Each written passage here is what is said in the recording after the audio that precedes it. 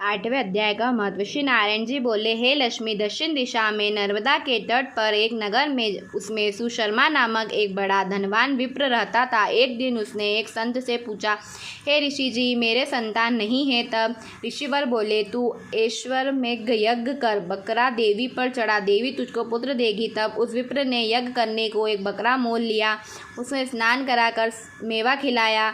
जब उसको मारने लगा तब कह कह शब्द करके हंसा। तब ब्राह्मण ने पूछा, हे बकरे, तू क्यों हंसता है? तब बकरे ने कहा, पिछले जन्म में मेरी भी संतान नहीं थी। तब एक ब्राह्मण ने मुझे भी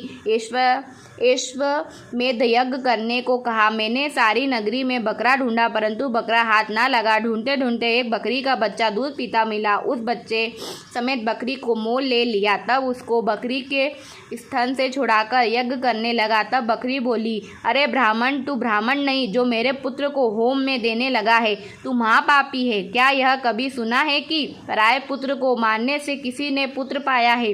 तू अपनी संतान के लिए मेरे पुत्र को मारता है, तू निर्दय है, तेरे पुत्र नहीं होगा। बकरी बहुत कुछ कहती रही पर मैंने एक ना मानी। तब बकरी ने श्राप दिया कि तेरा गला भी इस तरह कटेगा।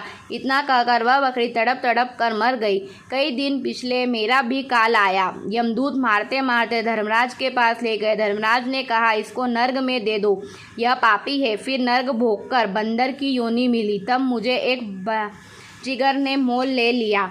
वह मेरे गले में रस्सी बांधकर द्वार द्वार सारे दिन भगाता, फिर खाने को थोड़ा दिया करे।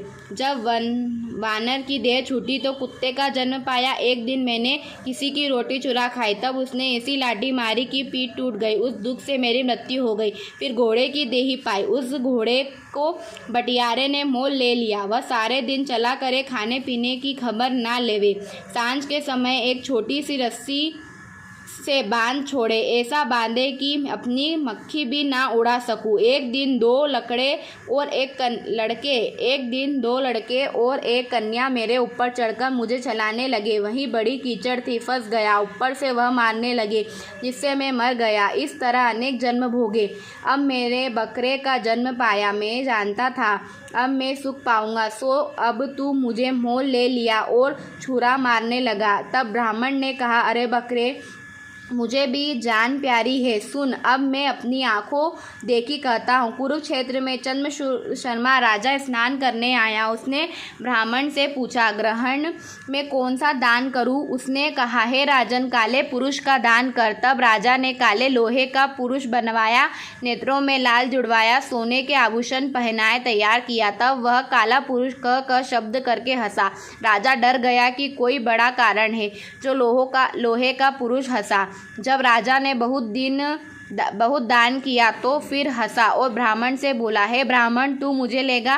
ब्राह्मण बोला, मैंने तेरे सरिये कई पचाए हैं। तब काले पुरुष ने कहा, तू मुझको वह कारण बता जिस कारण से तूने अनेक दाय पचाए हैं। तब विप्र ने कहा, जो गुण मेरे में है सो मैं जानता हूँ। तब वह काला पुरुष कह शब्द कर फट गया और उसमें से एक कालिका की मूर्ति निकल आई।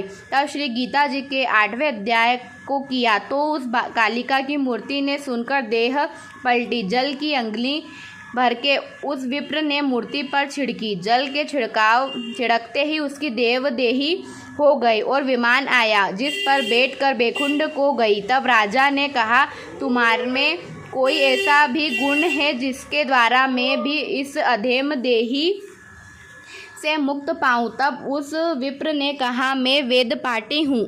उस नगर में एक साधु भी गीता पाठी था, जिसने 8वें अध्याय का पाठ सुनाकर राजा की देह पलटी। तब राजा देवदेही पाकर बैकुंठ को गया और कहता है, हे ब्राह्मण, तू गीता जी का पाठ कर जिससे तेरा भी उद्धार हो। तब ब्राह्मण भी गीता जी का पाठ करने लगा। 8वें अध्याय का महत्व